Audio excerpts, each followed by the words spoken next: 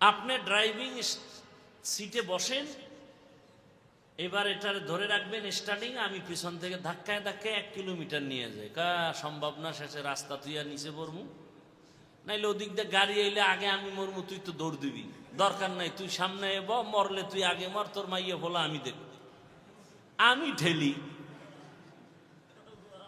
এবার মূর্খ ড্রাইভারের বসাইয়া যোগ্যতাওয়ালা পিছন দিয়ে ধাক্কাইতেছে গাড়ি। এই যোগ্যতা দিয়ে কি হইল? এর চেয়ে তো এই ড্রাইভারের দাম অনেক বেশি। কয় স্যার, হসপিটালে যে ডাক্তারেরা বইয়ে ইঞ্জিনটা দেখবে, ওরা আমার চেয়েও কাঠমূর্খ, কিন্তু অভিজ্ঞতা আপনার থেকে অনেক উপরে। কোন যোগ্যতার দাম নাই, অভিজ্ঞতার অনেক দাম। এই জন্য চাকরিতে নিলে লেখে আপনি এই পাশ সেই পাশ, এর লগে আগে কি লাগবে? অভিজ্ঞতা লাগবে। কাবিলিয়তের দাম নাই, কবুলিয়তের দাম। আরে সার্টিফিকেট নিয়ে ঘুরতেছে, চাকরি নাই, সুদের টাকা দেয়, ঘুষ দিবে, হয় না। কিন্তু যারা দস্তখত দিতে পারে না, তারাও খাইয়া লইয়া কোন রকম চলতেছে, কোনো টেনশন নাই। কবুলিয়ত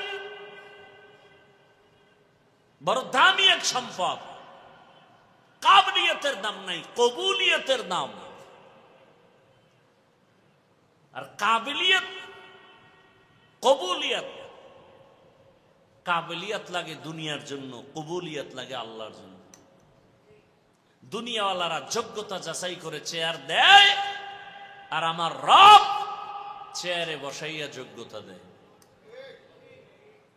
এই ব্যবধান। কাবিলিয়ত দাদে উরা শর্ত নিজ বলকে শর্ত কাবিলিয়ত দাদে। কি কথা বলতেছিলাম মনে আছে তো? মক্কার মানুষ কেন এত খারাপ, আর সেই পরিবেশে আসছে রহমতের নবী। আপনাদের এই এলাকায় যদি কোনো কয়েকজন যুবক আইসা আপনাদের আলেমদের ইমাম সাহেবরে বলে, হুজুর আমগো এলাকার এই অমুক জায়গায় 1 কিলোমিটারের মাঝখানে মদের আড্ডা চলে, জুয়ার আড্ডা চলে, বন্ধ করতে হবে। হুজুরে কি বলবে? যে এই বড় হুজুরে কইবে তোরা ব, আমি একা যাই সাইজ করি, বলবে?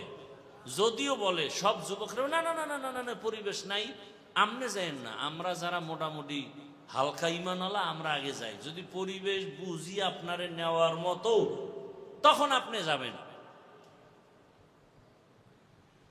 দুনিয়ার শ্রেষ্ঠ নিকৃষ্ট খারাপ মানুষের